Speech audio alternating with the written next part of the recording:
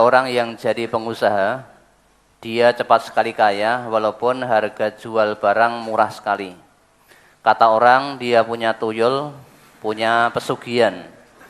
Apakah hal yang demikian benar? Apakah termasuk orang yang mendapat rezeki dengan yang tidak dikehendaki? Masa kowe ngaji sik tekok tuyul barang kowe ya. Kamu orang baru ya tuyul ora enek. Nek tuyul dinggo pesugihan keneng, golekno aku tak ngingu. Aku tak melu ngiku tuyul itu. Ya toh? Tuyul itu cerita bohong. Ya. Jangan pinterle enggak cerita turun temurun kan gitu. Tuyul mesti anaknya mesti kecil tur gundul, tur wuda sisan.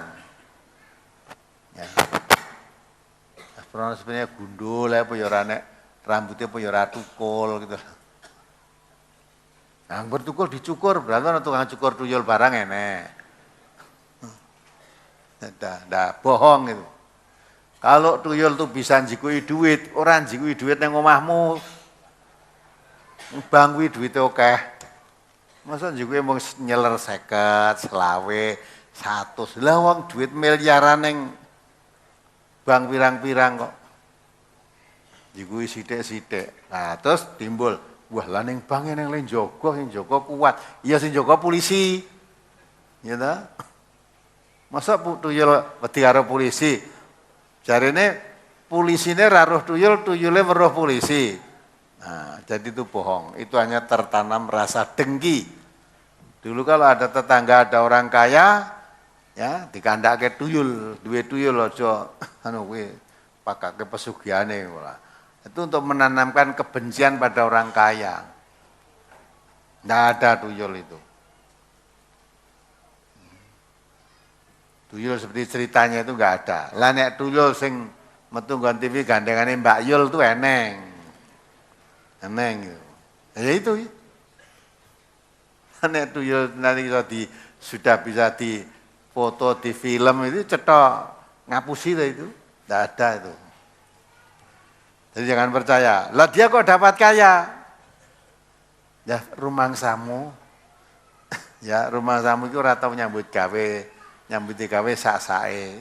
Lah opo ndak nyambut gawe ndak lapor karo kowe. Ya. Terus dia dapat uang dari mana apa ndak lapor karo tanggane. Iya kan? Enggak perlu. Dapat uang dari mana dia? Emang dia lahir itu sudah kaya kok dia kok. Baru lahir itu sudah kaya. Sebabnya siapa? Anaknya orang kaya. Wes. Belum lahir itu sudah ditabungkan di sana, di bank-bank ada depositonya untuk anak ini, untuk anak itu, untuk ini. Ada asuransi, ya asuransi beasiswa dan sebagainya itu. Sehingga sekolah ragat kali juga asuransi ini. Nah itu maka kita nyambut gawe dodolane ya ora larang ya biasa kok ya berkah itu ya. Nah, aja sok ndelok kesugihane wong liya. Kalau ndelok kesugihane wong liya terus timbul kedengkian mau. Tak rewangi nyambut gawe terus keringat. Esuk teko bengi gitu. Ora sugih. Tangga kuwi ketoke mung dredar-dredar ora nyambut gawe lho kok malah sugih. Nah terus ngiku tuyul. Iya mbok kowe nyambut gawe terus keringat wae ora bakal sugih wong. Esuk teko sore jam 5 tekan jam 7 bengi wong genjot becak arep sugih piye coba. Hah? Genjot sugih piye?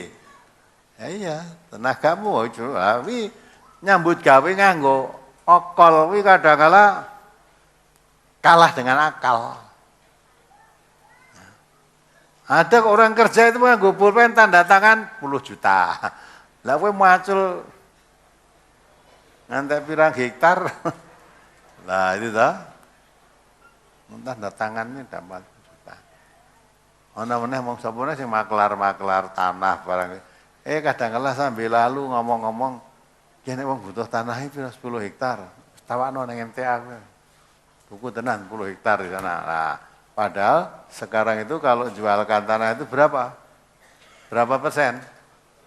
2,5%. Orang jarak toh. Itu kan orang MTA. Alhamdulillah MTA ini baru beli tanah nanti untuk pondok pesantren 20 hektar malah. Sekarang nyarana. Nah, dalannya kan untuk duit kuwi. Ya, dalannya untuk duit. Wah, ngerti aku ndek ben dadi dalane. Lah kuwi dalan dilewati melenyek ngono kok. Iya toh? Ah, gitu. Nah, maka itulah kadang-kala rezekine wong ora entuk dimerekke. Allah beri rezeki pada siapa. Ya. Maka untuk masalah harta ojo nglangak ndelok ngisor. Nasihatnya Nabi unduru ila man huwa asfala minkum wala tanduru ila man huwa fawqakum. Jadi masalah harta itu kamu lihat orang di bawahmu, jangan lihat di atas. Biar kamu bisa bersyukur. Kalau lihat di atas itu enenge kurang wae dah. Kayak kok duwe ngene, aku mung kaya ngene, kan duwe ngene, aku mung kaya ngene. Lah itu ora tak tapi aja mung kaya ngene. Sing ngisore aku jek luwe meneh. Nah, itu ta. Ayo alhamdulillah elek-elek duwe omah lah. Kayak sing ngono kae malah omah ora duwe. Turune nang ngarep omah apik itu bae ditunggone dhek mung turu nang empere tok. Emper toko, tokone buka harus ngalih. Nah, kita masih elek-elek di omahe dhewe disyukuri. Nah, inilah kalau kita pandai mensyukuri nikmat terus disertai dengan hemat nanti suatu saat Allah beri. Kalau kamu sekarang baru kontrak rumah nanti suatu saat bisa beli rumah. Nah itu, maka itu semuanya jangan masalah. Apalagi masalah urusan bondo itu serasa masalah harta. Jangan terperdaya kamu. Coba dibaca ayatnya tadi.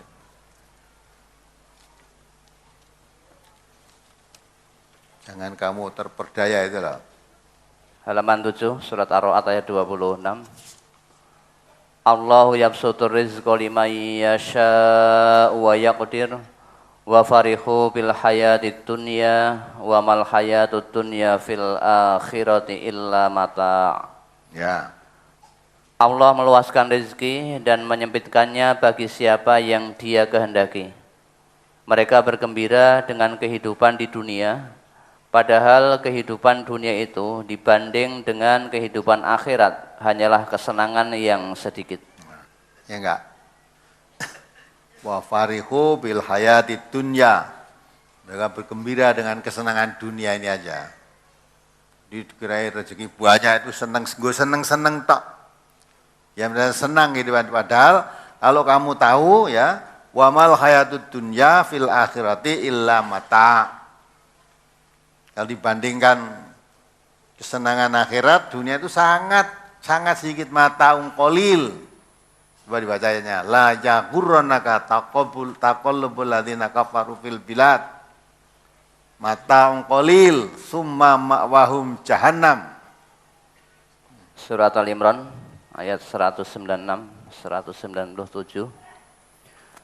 La yaghurrannaka taqallubul ladzina kafaru fil bilad mata'un qalilun summa ma'wahum jahannam wa bi'sal mihad.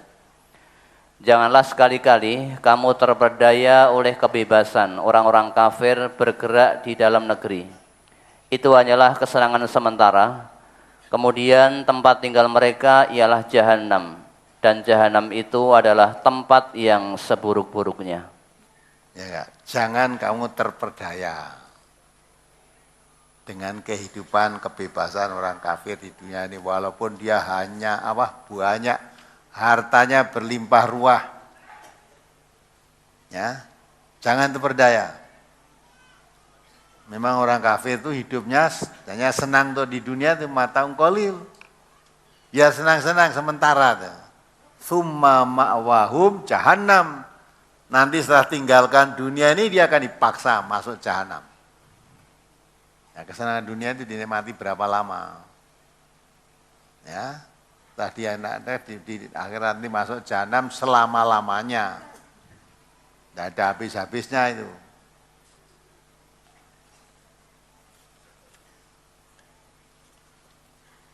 Ya, itu kan. Kadang-kadang orang diberi harta kekayaan yang banyak, sombong. Tuh ayat tadi, halaman 7 tadi, ayat berikutnya. Banyak dibaca surat Saba itu. Wa ma arsalna fi qaryatin min nadhirin illa qala mutrafuha inna bima ursiltum bihi kafirun wa qalu nahnu aktsaru amwalan wa auladan wa ma nahnu bimu'azzabin qul inna rabbi yabsutur rizqa liman yasha wa yaqdir walakinna aktsaran nasi la ya'lamun. Dan kami tidak mengutus kepada suatu negeri seorang pemberi peringatan pun, melainkan orang-orang yang hidup mewah di negeri itu berkata, sesungguhnya kami mengingkari apa yang kamu diutus untuk menyampaikannya. Dan mereka berkata, kami lebih banyak mempunyai harta dan anak-anak daripada kamu, dan kami sekali-kali tidak akan diazab. Katakanlah, sesungguhnya Tuhanku melapangkan rizki bagi siapa yang dikehendakinya dan menyempitkan bagi siapa yang dikehendakinya. Akan tetapi kebanyakan manusia tidak mengetahui. Nah, ya enggak? Perhatikan ayat ini. Kalau diberi harta kekayaan yang banyak, disuruh taat kepada Allah, orang yang hidup mutraf itu orang hidup mewah, hartanya banyak. Apabila disuruh mengikuti Rasulullah, utusan Allah, taat pada Allah, dia tidak mau. Orang yang hidup mewah itu. Dia mengata, saya mengingkari apa yang kamu serukan itu. Tidak percaya, maksudnya begitu. Ya. Inna bima ursiltum bihi kafirun. Tidak percaya dengan apa yang kamu sampaikan. Neraka, surga, barang itu saya ngerti. Ya. Ya, di dunia ini malah ana sing ngomong surga ya nggre ning dunia keturutan apa-apane ya ku surga ya. Ya. Nek neraka jare sing diner ora teko. Jadi karepke ora keturutan dah wis ning neraka urip ning dunia kuwi. Nah, maka dia tidak mau diajak taat pada Allah itu yang dibanggakan apa? Nahnu aksaru amwalan wa aulada wa ma nahnu bimu'adzabin. Saya banyak harta. Harta saya banyak, anak saya banyak, anak buah saya banyak, pendukung saya banyak. Tidak mungkin saya akan diazab, saya orang kaya. Nanti kalau saya tidak taat, tidak sholat, tidak jadi orang Islam, tidak mau diazab ya, disiksa katanya dan neraka katanya. Ya, malaikat penjaga neraka tak suap. Nyata, tarik butuh ngopo. Itu dah. Nah, dia banggakan seolah-olah harta itu segalanya. Maka dia mengatakan nahnu aksaru amwalam wa aulada. Saya lebih banyak memiliki harta dan anak-anak. Anak bisa anak buah ya. Maka wa ma nahnu bimu'adzabin, tidak mungkin saya akan diazab. Wong harta saya banyak. Dibandingnya wong ning dunya kuwi. Ya, aku sugih no, malah kena perkara apa-apa. Hakimnya disuap. Ya. Nanti kalau saya mau dihukum berapa itu pasal berapa? Beli pasal berapa, harganya berapa? Di dunia itu bisa dibeli. Ya, bisa beli pasal di sini. Di hadapan Allah jangan coba. Maka itu di hadapan Allah nanti Allah sudah ingatkan wattaqu. Ya, la tajzi nafsun an nafsin say'an wala yuqbalu minha adlun wala tanfa wasafatun wala hum yunsarun. Takutlah kamu kepada suatu hari, jangan kamu anggap seperti di dunia ini. Saya tidak akan diazab karena saya banyak harta. Ya, yang akan menyiksa tak tebus, tak bayar, tak suap. Oh, dinanen manusia. Allah katakan, takutlah pada suatu hari. Yang pada hari itu seorang tidak bisa menggantikan orang lain. Tidak ada tebusan yang bisa diterima oleh Allah.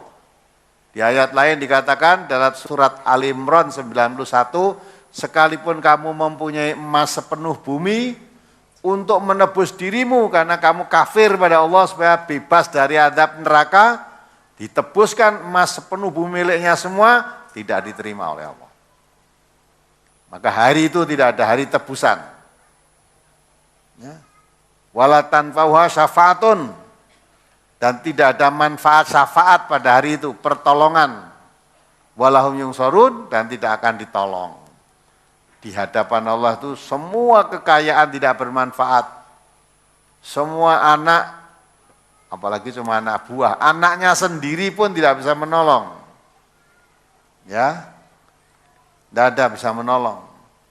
Masing-masing bertanggung jawab akan perbuatannya sendiri-sendiri. Bapak tidak bisa menolong anak, anak nggak bisa menolong bapak, tidak bisa. Maka pada ayat kelanjutannya, terus dibaca ayat 37-nya.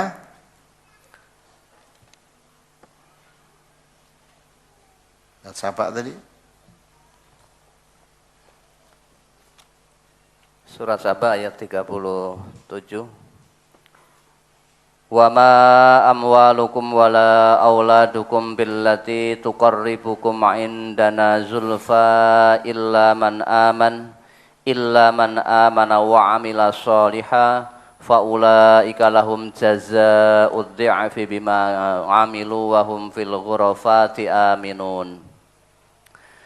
Dan sekali-kali bukanlah harta dan bukan pula anak-anak kamu yang mendekatkan kamu kepada kami sedikitpun, tetapi orang-orang yang beriman dan mengerjakan amal-amal yang soleh, mereka itulah yang memperoleh balasan yang berlipat ganda disebabkan apa yang telah mereka kerjakan, dan mereka aman sentosa di tempat-tempat yang tinggi dalam surga. Ya, tadi membanggakan orang yang kaya. Ya, nahnu aktsaru amwalan wa aulada wa ma nahnu bim'adzabin. Saya banyak harta, banyak anak buah, tidak mungkin akan diazab. Ayat ini Allah menjelaskan, wa ma amwalukum wala auladukum illati tuqarribukum indana zulfa. Bukan hartamu dan bukan anakmu yang bisa mendekatkan dirimu kepada Allah. Bukan. Anak, harta tidak bisa menolong apapun. Illa man amana wa amila sholihan. Kecuali imanmu dan amal solehmu. Orang yang beriman dan beramal soleh, faulaika lahum jazaa'ud dhi'fi bima amilu wa hum fil ghurufati aminun. Ya, yang bisa menyelamatkan kamu itu imanmu dan amal solehmu. Itu yang akan menyelamatkan kamu. Yang akan memasukkan kamu di dalam tempat yang aman, yaitu di surga. Itu bukan hartamu, bukan anakmu, tapi imanmu dan amal solehmu. Maka harta dan anak itu yauma la yanfa'u malun wala banun. Hartamu, anakmu tidak ada gunanya apapun kalau sudah di hadapan Allah nanti. Yang berguna apa? Illa man atallah biqalbin salim. Orang yang datang kepada Allah dengan hati yang selamat, hati yang dipenuhi dengan iman. Ya, amal yang didorong karena iman, yang disebut amal soleh tadi, amanu wa amili soleh, ayo wa amil solihat. Jadi kalau kamu iman dan amal soleh, itu yang menyelamatkan kamu. Yang menyelamatkan kamu bukan hartamu, bukan anakmu. Jangan terlalu membanggakan harta kalau kamu jadi orang kaya di dunia ini. Hartamu banyak itu yang memberi Allah. Allah yabsutur rizqa liman yasha. Allah yang melapangkan rezeki kepada siapa yang dikehendaki. Jadi kalau diberi harta banyak jangan sombong. Tidak manfaat apa-apa di hadapan Allah nanti. Ya. Jangan seperti Qarun itu sombong. Ya itu enggak ada artinya. Diberi kekayaan, diberi kedudukan. Jangan seperti Fir'aun. Apa yang terjadi? Qarun dan Fir'aun semuanya tenggelam.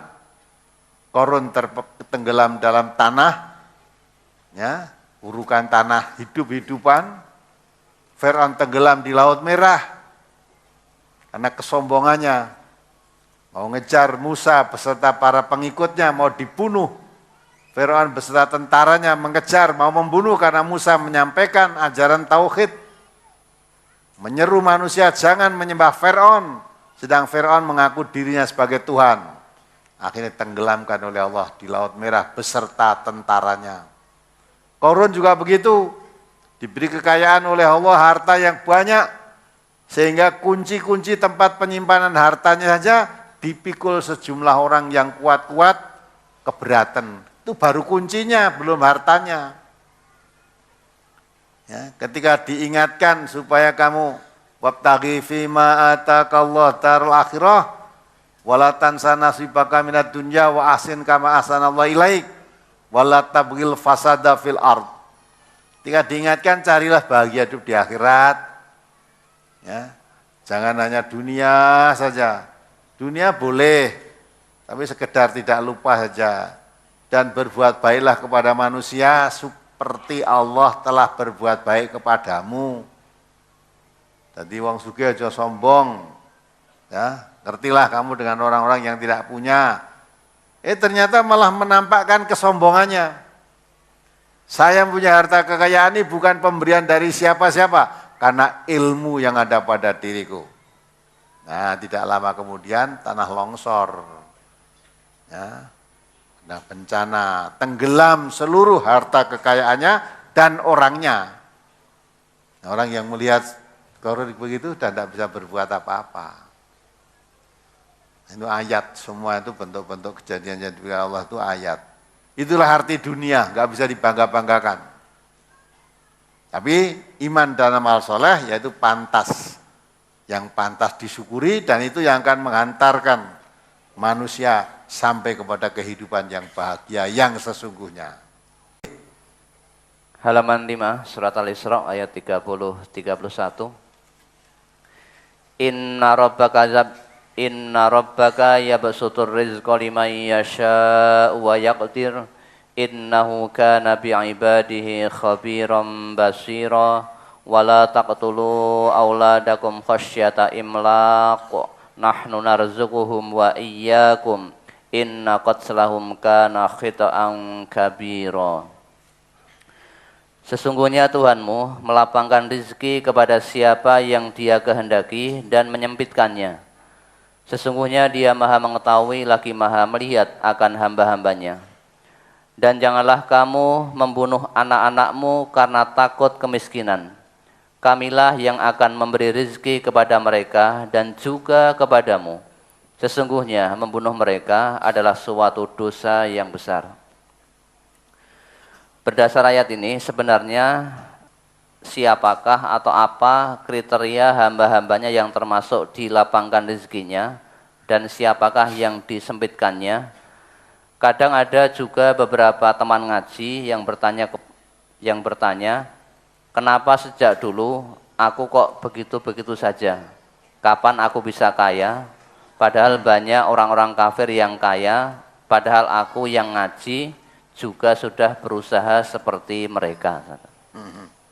Karmu ngaji ben sugih itu toh.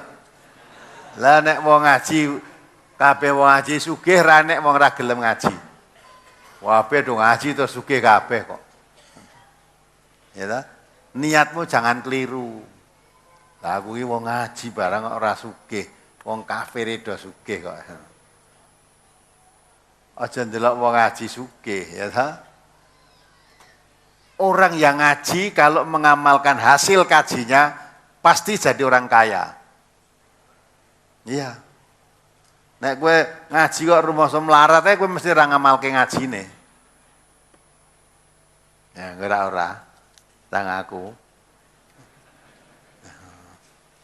Yang dikatakan orang kaya itu seperti apa toh? Apa orang kaya itu yang banyak hartanya? Tadi saya contohkan.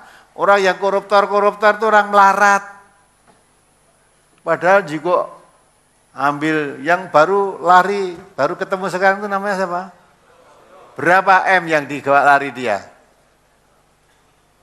Ya. Nek nurut berita TV lah aku ya ora ngerti jikuke tenan apa ora. Ya toh. Lari ke luar negeri akhirnya ketangkap gua mulai digandeng gitu. Itu orang kaya atau orang melarat? Karo kamu bandane akeh ndi? Nah, mungkin orang melihat itu orang kaya. Enggak, itu orang melarat itu. Orang melarat itu. Maka masih ngambili karena merasa kurang. Lah ukuran kaya kalau menurut Rasulullah SAW al-ghina, ghina nafas. Kaya itu letaknya di dalam hati. Mula kalau kamu ngaji, ngamal ke hasilnya ngaji, mesti jadi wong sugih. Jadi orang kaya kamu. Kan ndak ngamal ke ya mesti jadi melarat terus. Tundeloke wong kafir. Wah, wong kafir badannya lah. Kamu melihat yang namanya orang kaya itu orang badannya akeh.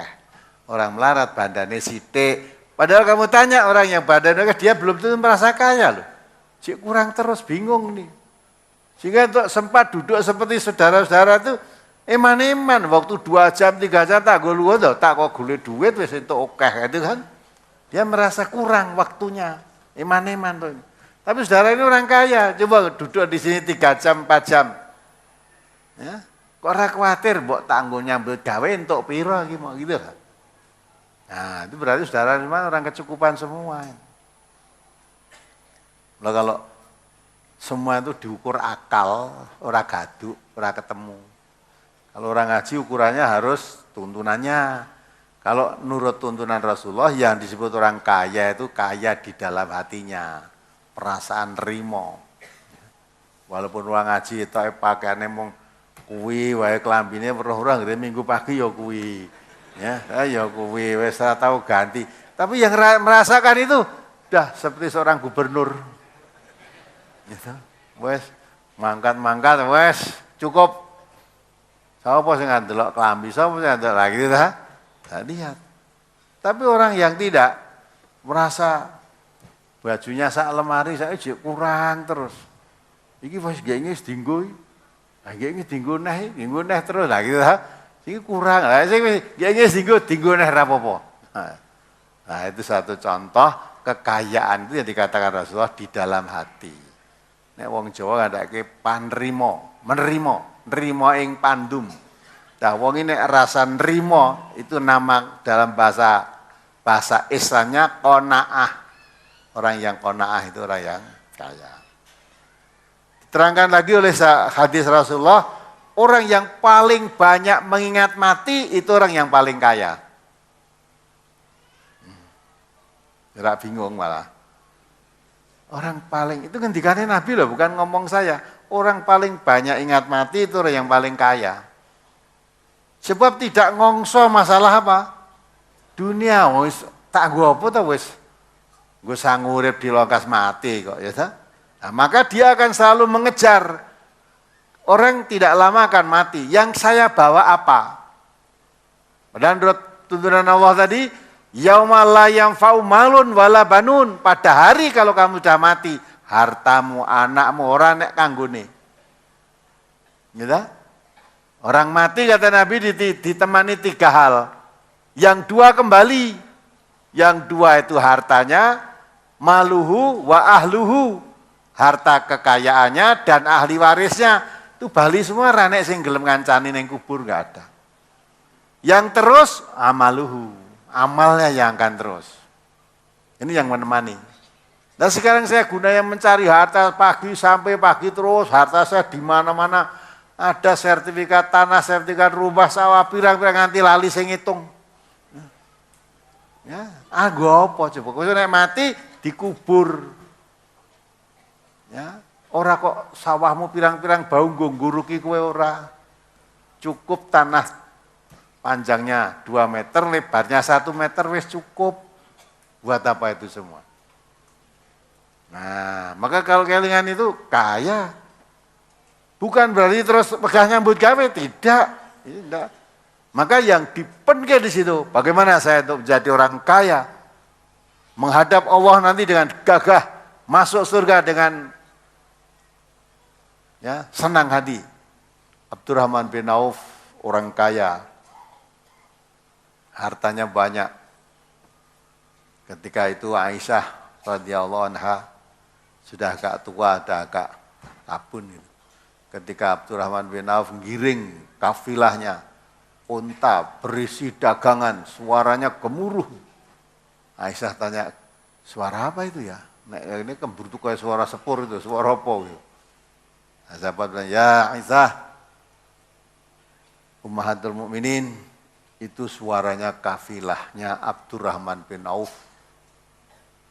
Jadi unta yang penuh dagangan. Kalau unta penuh dagangan mlaku wis suarane tak gembrutuk nganti wong ning omah kaget swara apa? Kira-kira untane telu apa papat? Berapa kira-kira? Ya, banyak, ratusan. Siapa katanya? Oh, itu yang dikatakan oleh Rasulullah, nanti masuk surga dengan merangkak dia. Orang tadi lari nemoni Abdurrahman bin ya Abdurrahman bin Auf. Ummatul Mukminin Aisyah mengatakan kamu nanti masuk surga dengan merangkang. Langsung tersentak hatinya. Buat apa saya? Harta sekian banyak. Kalau hanya masuk surga dengan berangkang. Ya, akhirnya unta yang penuh dagangan tadi semua digiring masukkan Baitul Mal. Enggak mau masuk surga dengan berangkang itu enggak mau. Tapi jelas masuk surga walaupun masuknya dengan merangkak itu enggak mau kok dia. Ya. Kalau kita kan alah berangkang-berangkang ning tekan. Wes tak kira wes ras zakat ya apa meneh ngaji bareng wis genah mlebu swarga kok. Wong iki rong genah wis keset apa meneh wis genah. Itu lain. Tekate lah kusuk ning swarga ning empere we gelem. Wis ora mlebu ra apa-apa ning empere we gelem. Jadi gambarke kaya swarga kaya toko-toko kuwi terus kowe kaya kere turun ning empere. Itu orang kaya. Dia tahu buat apa kekayaan ini kalau saya masuk surga aja dengan begitu. Hina sekali. Maka itulah, lain kan. Jadi orang kaya itu bukan banyak harta.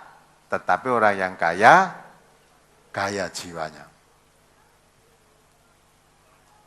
Nah, bukan berarti itu harta tidak penting.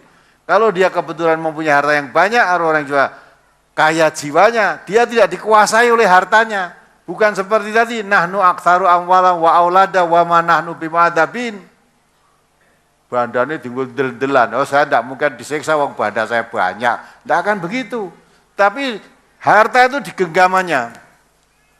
Bukan dirinya dikuasai harta. Arep ngaji kuatir. Tokone rame, wah tak tinggal ngaji lengganane do bali. Lengganane tinggal terus dilawe, wah dah kuatir. Nek sibuk, wah biar tak tinggal ngaji, lengganaku udah teko ya. Nah, jadi harus ditinggali khawatir, itu namanya dikuasai harta. Tapi kalau harta digenggamannya, dikuasai, ya sudah tinggal saya, pengeluaran saya, apa udah. Oh iya untuk kepentingan, iya saya keluarkan harta. Jangan sampai diri saya untuk beribadah kepada Allah, terikat oleh harta sehingga bisa keluar. Maka terperdaya oleh harta. Harta harus kita atur. Maka saya dengar Bapak dari mana tadi? Yang mantan pendemo tadi. Mana bapaknya mana ini? Wah, iya pantas itu suaranya banter nek demo rusuh teman-teman. Apa nanti kol buntetnya nanti dilihat di sini banyak kol buntet Pak. Kira-kira dengan kol buntet Bapak mandi mana itu? Padha ra mandine wong kol buntet gitu. Nggak ada kol buntet itu. Tuh ada lagi Ontrokusumo. Harganya 2 juta Pak ya. Di sini ada Ontrokusumo. Rompi itu harganya 7,5 juta. Ada Pak di sini. 7 juta. Dulu miliknya seorang pegawai BRI. Ya. Ada lagi untuk semua tambahi tulisan Arab ngono ki 7,5 juta. Nah, itu milik lain lagi. Ini sudah banyak antara semuanya. Maka orang yang tidak senang kepada MTA, ya dah, disebarluaskan. Oh yang ada di situ tuh Pak duplikatnya yang asli sudah dijual gue mangan ostate gue. Keris-keris katanya duplikasi ngasih tak doli kabeh. Tapi karek turunane. Wes sak karmu harmoni itu. Ya, tak dolo ya ngopo to kowe? Wong wis diserahke aku. Nah, ya mau tak dolo arep ngopo kowe? Nah, itu padune Mary kok ora serahke aku ya gitu loh. Udah. Ini banyak, kerisnya banyak, Kiai Nogosostro ya ada. Udah apapun teko. Orang yang suka jimat itu ngaranono jimat opo yang kamu kenal di situ ada. Mula demit rawani dulit. Ya, wong jimate wis akeh kok. Nah, itulah seolah-olah itu. Lah orang Islam yang begitu itu masih banyak. Di sini dumbruk ketok. Kemarin ketika ada orang datang ke sini tanya, Pak Ustadz, itu jimatnya itu enggak pernah dimandikan ya? Wong kaya ngono kok dimandikan. Nah kalau malam Jumat tidak geludakan, enggak ada tikus kok di situ kok. Biasanya nek geludakan itu kan enek tikus, lah rumasane jarine jimat nek kudune wancine didusi ora didusi jare geludakan sendiri. Itu bohong, jangan percaya. Ya. Oh itu malah eneng botol ada jin dari Jakarta tuh. Tak buka di sini tahu tak dulu? Nah, ini tadi jinnya melajunya ngendi coba saiki. Nah, ada dihapusi pemburu hantu. Udah macam apa ada di sini? Ada. Jadi semuanya itulah kita menjadi orang kaya. Kalau agama kita pakai dengan betul, insya Allah kita jadi orang kaya. Kaya yang sebenarnya gitu loh. Dalam hatinya perasaan qanaah itu orang kaya. Orang banyak ingat mati jadi orang kaya. Dia akan memperbanyak amal yang bisa dibawa untuk sanggup mati menjadi orang kaya nanti. Kalau di dunia itu hanya mata ungkolil, kesenangan yang sedikit, mata ungkurur, kesenangan yang menipu. Kenapa kita mau ditipu? Bukan berarti dunia tidak penting. Ya, Allah saja mengatakan wala tansa nasibaka minad dunya. Jangan kamu lupakan urusanmu dunia. Kamu hidup di dunia butuh makan, butuh pakaian, butuh tempat tinggal. Jangan ada ketergantungan orang lain, itu pun perlu. Tapi kalau kamu sudah dapat dunia, jangan kamu dikuasai dunia, tapi dunia harus di genggamanmu. Waktu-waktu dibutuhkan oleh Allah untuk di jalan Allah, lepaskan. Dan nanti habis Allah akan mengganti lebih banyak. Bi ghairi hisab, itu kan ayatnya nih. Memberi rezeki itu tanpa hitungan Allah itu. Nah mudah-mudahan kita bisa memahaminya.